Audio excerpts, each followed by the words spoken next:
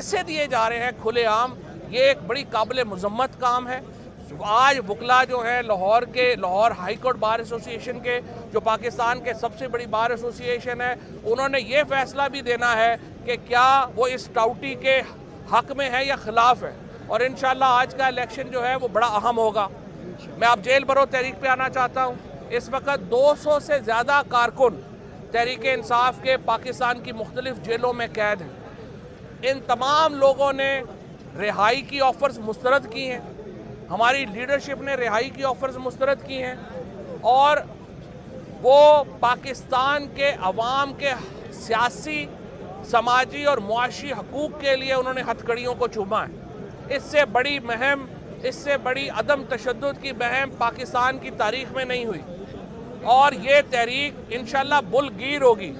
تمام اگر supreme court کے اوپر دباؤ کو بڑھایا گیا یا جاری رکھا گیا، اگر سپریم کورٹ کے ججز کو بلیک میل کیا گیا، اگر وکیلوں کے اندر اس طرح سے توڑ پھوڑ کر کے پیسے دے کے ان کو علیحدہ کرنے کی کوشش کی گئی، تو ہم ملک گیر تحریک کے لیے بھی تیار ہیں۔ پاکستان کا اگر آئین نہ بچا تو پاکستان میں کچھ نہیں بچے گا۔ یہ واحد ایک ایسا دستور ہے جس کے اوپر سب کا کنسنسس ہے، اور سپریم کورٹ سے ہم یہی امید کرتے ہیں کہ وہ پاکستان کے دستور کے ساتھ کھڑی ہوگی، پاکستان کے آئین کے ساتھ کھڑی ہوگی، سیاسی جماعتوں کے کوئی پریشر نہیں لے گی، حکومت کا کوئی پریشر نہیں لے گی، اور ایک انڈیپینڈنٹ فیصلہ کرے گی۔ ہم نے جیل برو تحریک میں کسی جو پارلیمنٹیرینز ہیں، جو لوگ ہیں، انہوں نے ابھی تک کوئی ہم نے رہائی کا فیصلہ نہیں کیا۔ پارٹی جو ہے وہ ان کے پیچھے کھڑی ہے، اور دیکھنا ہم نے یہ ہے آنے والے دنوں میں کہ پورے پاکستان نے آزاد ہونا ہے یا پھر پورے پاکستان نے جیل برو تحریک کے لیے آگے بڑھنا ہے۔ یہ دو ہی آپشنز ہیں، اور انشاءاللہ پاکستان کامیاب ہوگا، دستور کامیاب ہوگا، اور آج کا الیکشن بھی اسی ضمن میں ایک قدم ہوگا۔ شکریہ۔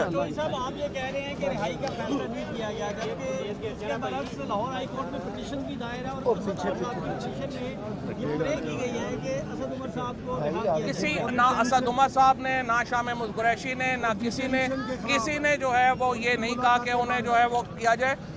جو پٹیشنز فائل ہوئی ہیں ان میں 3 چیزیں ہیں۔ نمبر 1، انہیں کورٹ کے سامنے پروڈیوس کیا جائے۔ Number 2، as a political worker ان کے حقوق جو ہیں وہ ان کو دیے جائیں۔ میڈیکل اور جو ملاقاتیں ہیں ان کی اجازت دی جائے۔ وہ لوگ جیل مینول کو امپلیمنٹ کیا جائے۔ یہ پولیٹیکل ورکرز ہیں، انہیں دہشت گردوں کی طرح ٹریٹ تو نہیں کیا جا سکتا، اور انشاءاللہ پورا پاکستان